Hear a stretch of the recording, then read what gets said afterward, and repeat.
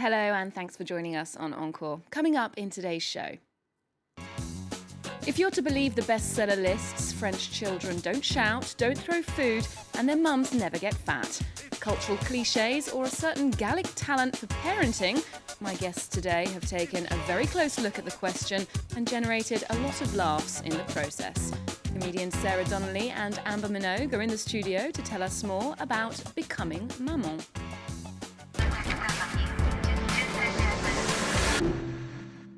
Sarah and Amber, thanks so much for joining us today. Now, you're both stand-up comedians. You're both also mums, or specifically Mamans these days. Right. The title of your show, Becoming Maman, suggests that's at the Théâtre Béau Porte de Saint-Martin here in Paris. Now, as a British and an American parent bringing up bicultural babies here in France, can you start off by telling us what is your most maman or French mum characteristic these days? Oh, good question. Most characteristic French mum thing? I've got one. Go for it. So my daughter, she's just speaking now, and she wants to have snacks, and so she's asking for, she can't say gâteau, she calls it tatou. So she goes, tatou. And I'm like, no, only snacks at the goûter. So I've adopted the French meals, and we're quite strict about that at my home. That's very French mum. So, yeah. Amber, what about you? French mum, let's think. Well, I definitely love taking him to school. And dropping off, I feel no guilt. I'm like, 3 seems like a perfectly fine age to start school to me. But no, I think you were right. Yeah, adopting meal times and respecting those meals. Yeah. Okay. Well, your show starts actually from the very, very beginning of this parenting adventure, from pregnancy and birth, with some very, let's say, graphic details. Let's take a look at a clip from the show. Being pregnant in Paris is powerful. Yes, it gives you powers you didn't know you had. Things that were previously impossible become possible with the power of the baby. On the metro. If only I could sit down. And I will sit down. Baby! Allez-y, madame! If you have to go to the prefecture, you better be pregnant when you present that dossier. Oh, I'm sorry, madame. This dossier is incomplete. You'll have to come back. Is it incomplete? Hold on. Is that a baby? Indeed it is. It's just the future of France living inside of me. Well, in that case, welcome to France. So after you've been pregnant, of course, then you get to meet the midwives and maybe even a surgeon who could be getting a bit intimate with certain parts of your body. That was something I definitely appreciated in the show. What did you learn about the French approach to women's bodies and their status as mothers? Well, they take great care of pregnant women here. You know, they're constantly checking up on you. And I mean, I don't know if this is everywhere in France, but certainly in Paris, they're on it with the weight. Like, you cannot put on weight. They were very strict with me. Yeah. Which is funny because they weren't strict with me. So I don't know if it was like, well, she's American, it's a lost cause, or, but I was like bracing myself. I was like, they better not tell me I've gained too much weight. And then they're just like, no, you're fine.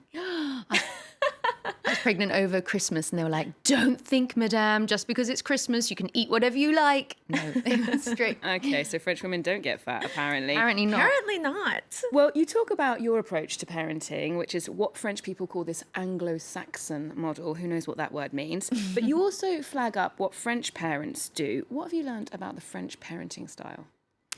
I think the French parenting style is, one, they have a lot of great support.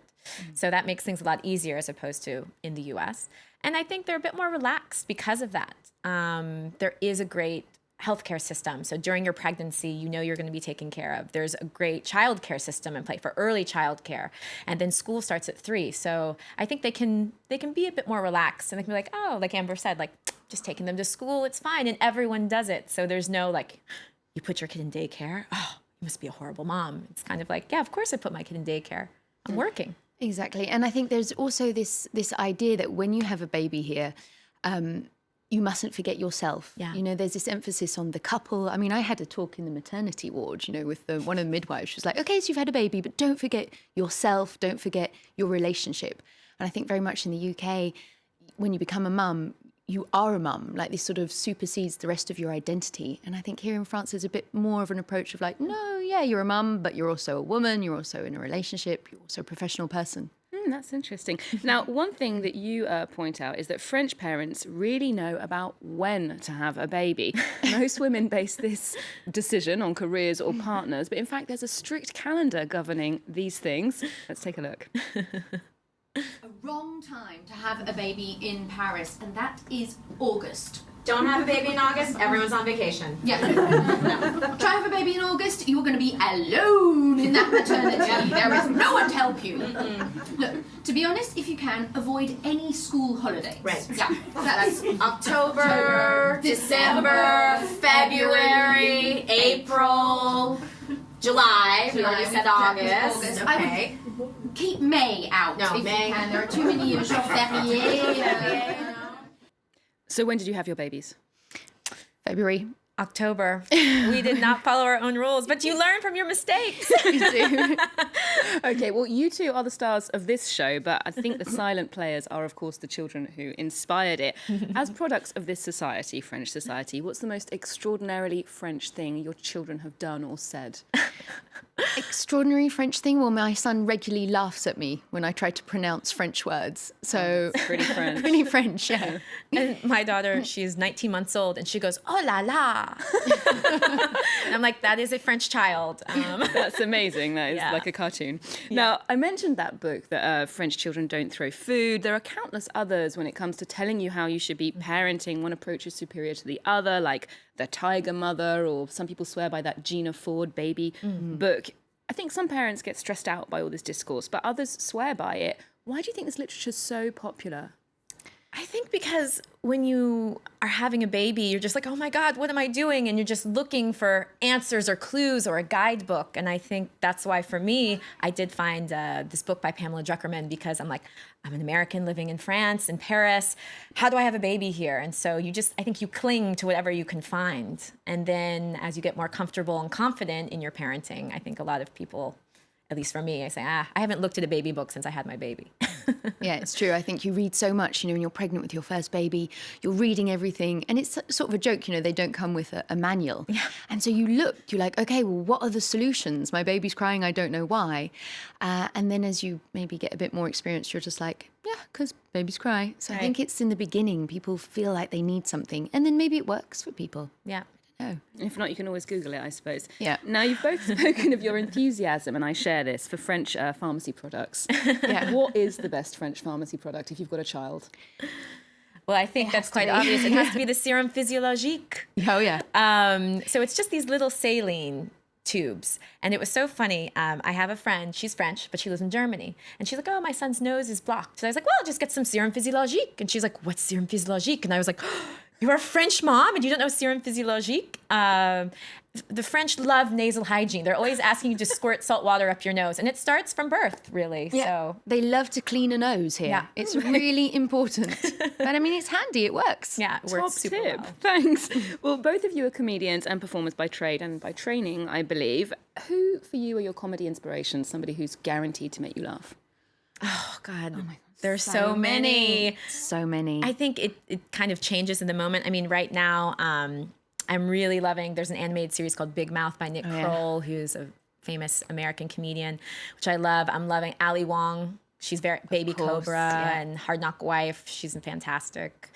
And Jim Gaffigan just came through Paris in went January. to see him. And yeah, we got to meet him too. And he's fab. So funny. And I wanted to ask, how do you tweak your show, write your show, gauge how the audience appreciates it? It's an ongoing process. We spend a lot of time working together, writing the show, and each performance we record, we listen to it, Painstakingly listen to it. We adjust it, we change it. It might be a word here or there, or a new joke that we've put in. So it's kind of constantly evolving. Yeah. And what's the most important thing you've learned to be careful of? Finding the rhythm, I think. Working together, we're used to working separately, doing stand-up, it's just you just need to think about yourself. So trying to find that rhythm together, giving the person space, being careful if you improvise not to sort of cut the person's line. So like finding space together, Yeah. I'd say.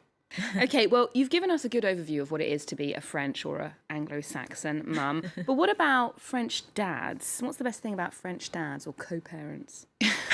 French dads. What is so good about French dads? Or maybe the worst, I don't know. Well, What's the they worst are thing? quite attractive, the French dads, at least the Parisian dads. A lot of hot dads in the park, that's Yeah, for sure. they look nice. French dads, I don't know. I think they sort of, they get involved. Yeah.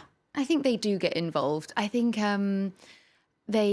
because there is this sort of sense that French women, it's like, yeah, I've had this baby and I'm a mum now, but, you know, we're both going to get involved. So I think French women do expect their husbands to sort of, you know, get involved. And they do, like a lot of French dads I've seen, you know, they do get up in the night and feed the baby. Feed the biberon, give the bottle to the baby. That's kind of... So I think they're pretty good dads. I mean, I like mine. So you're not complaining. Yeah. Amber and Sarah, thanks so much for joining us today. Becoming Maman is on Thursday evenings at the Théâtre Bio de la Porte Saint-Martin here in Paris until June 21st. And you can keep up with Sarah and Amber on their social media channels too. We'll leave you with something mum-related, which is truly addressed at dads, a very specific guide to Mother's Day gifts. Remember to check out our website for more arts and culture, and there's more news coming up on France 24 after this. Go and buy some flowers. And they better be roses. If we see a daisy, we're throwing that shit away. Now head to her favourite store and buy her a new outfit. Head to toe. Outfit includes shoes, accessories, the whole 9 yards. Now let's think about the actual day itself. It should start with a champagne breakfast. Better be champagne, not Prosecco or sparkling wine. And in that homemade card from her children, make sure you do slip in an invitation for a spa day. With her and 4 of her best friends. She's gonna love it. Now go ahead and book a table at a restaurant. Remember, you are not invited because you'll be babysitting. Exactly. And make sure that the next day you get up with the children. She did start the day off with a champagne breakfast. She'll be hungover. You Are Here, your programme spotlighting French heritage. Versailles, the Louvre, Mont Saint-Michel are well-known stars of French heritage.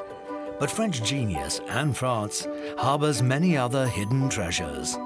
The arts, gastronomy, architecture, as well as nature's wonders.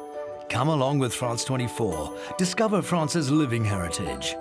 From young apprentices to accomplished craftsmen and farmers, to Michelin star sporting chefs, meet these people whose passion for their professions preserve and drive French heritage.